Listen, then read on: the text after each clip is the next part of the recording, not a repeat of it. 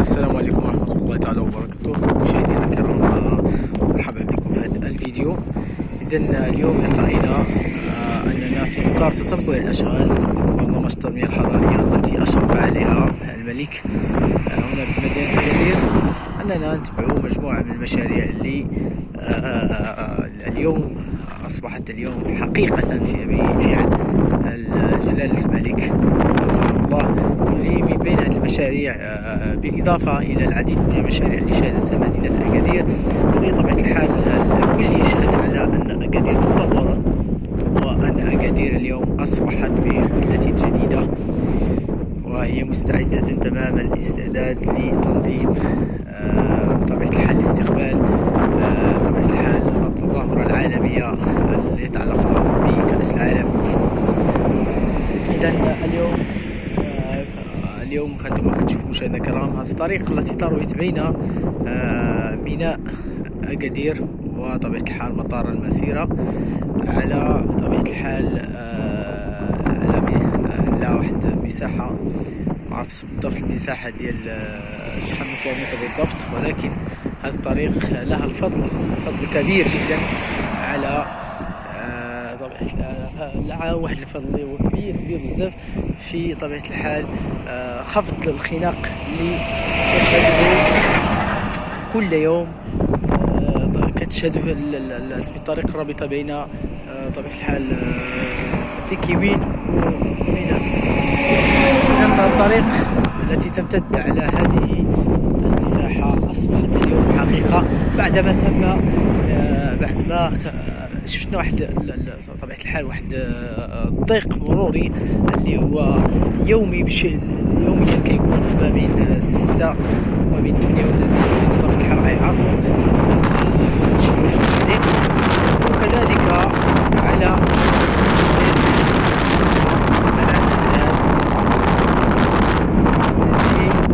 غادي نهضروا عليها، هو ان كل شيء كيتشكى بجانبات ملعب الهلال، فيها الحجار، فيها هذه اليوم طبيعة الحال هذه الجنبات كذلك راه كتقاد هانتوما داخلة هي في اطار احنا كنشاهدوها اليوم غادي تقاد حتى هي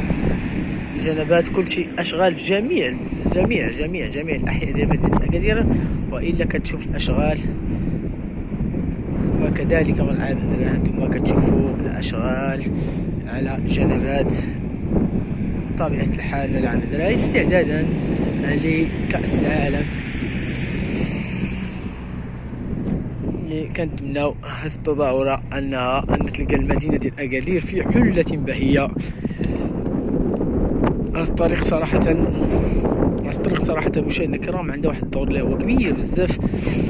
وكنعرفوا ان الطريق يلاه تقريبا يلاه تحلات، بالرغم انها مازال مسالات، ولكن كنشوفوا ان واحد العدد كبير ديال الناس كيجيو من هذا الطريق لانها فعلا سميتو طريق مزيانه، وحتى بالنسبه للناس اللي ما بغاوش الصداع واللي ما بغاوش ديك الدورونجمون ديال سميتو ديال الدخل ديال المدينه، هنا راه في الجانب انتما كتشوفوا الدوار ديال الدوار ديال عيد الودان، وهنا الدوار ديال إغير الدردور. المهم جاي وسط الجبولانة،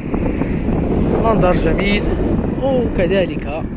انتم كتشوفوا مشاهدينا الكرام الحي المحمدية هو.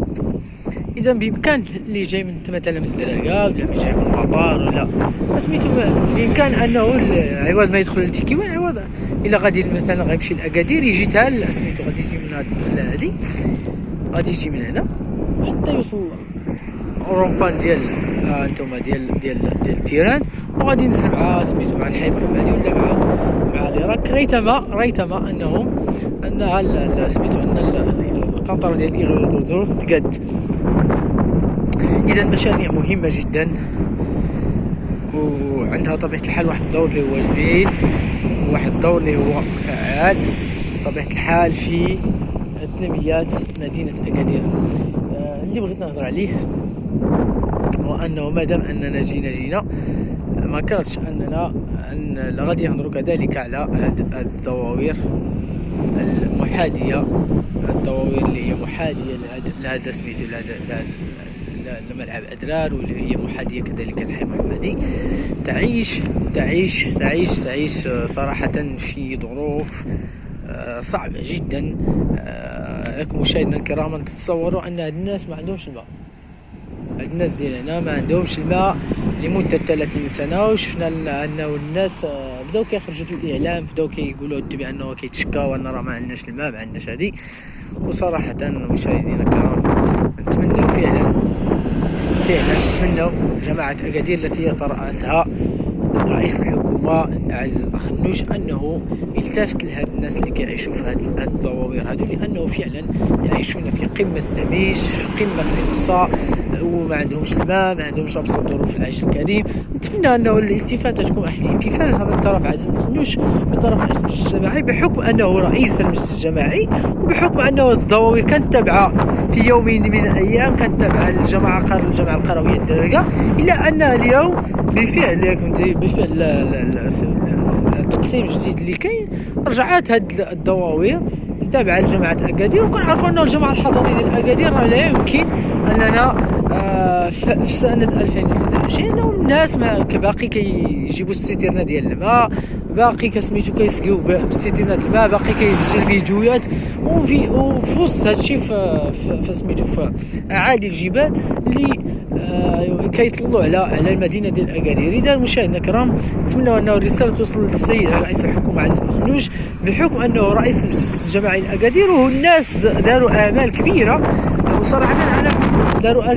امال كبيره في سميتو في عزيز خنوش ملي طلع للحكومه. قالوا بانه هو المنقذ ديالنا، هو اللي غادي يحيدنا من هذا الدميج، هو اللي غادي يحيدنا من هذا سميتو من هذا التكرفيس اللي عايشين الناس في هذا الضواوي المجاوره لمدينه اكادير.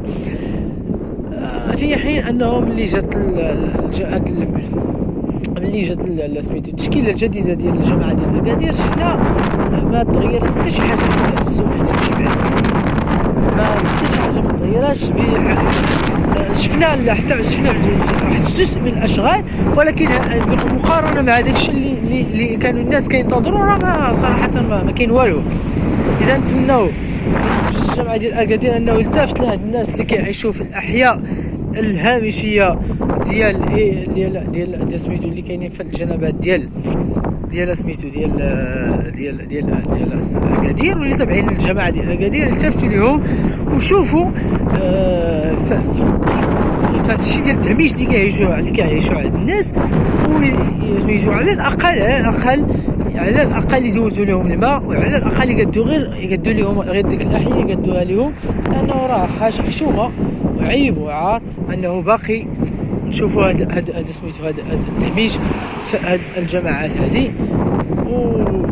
وفي الجامعه ديال اكادير في 2000 وحنا في سنه 2021 وفي سنه التنميه، في سنه الحضاره، ويقول سيدنا تبارك الله راه تشوفوا الحجم ديال الاشغال اللي كاينه هنا في المدينه ديال اكادير. نتمنوا انه تشوف الجبال حتى هي يكون النصيب ديالها من هذه التنميه، وانه حتى ما يتمش الاقصاء ديالها. اذا الى هنا مشاهدينا الكرام غادي نخليكم، استطعنا فقط ان نصور لكم واحد جزء من الاشغال اللي كاينه هنا في المدينه ديال اكادير، وان شاء الله الى فيديو اخر وغادي نصور لكم اشغال اخرى، وان شاء الله نتبعوا الاشغال ديال المدينه ان شاء الله، وغنصور لكم تقريبا جميع الاشغال اللي غيكونوا في المدينه غتلقاوها ان شاء الله في هذه القناه هذه.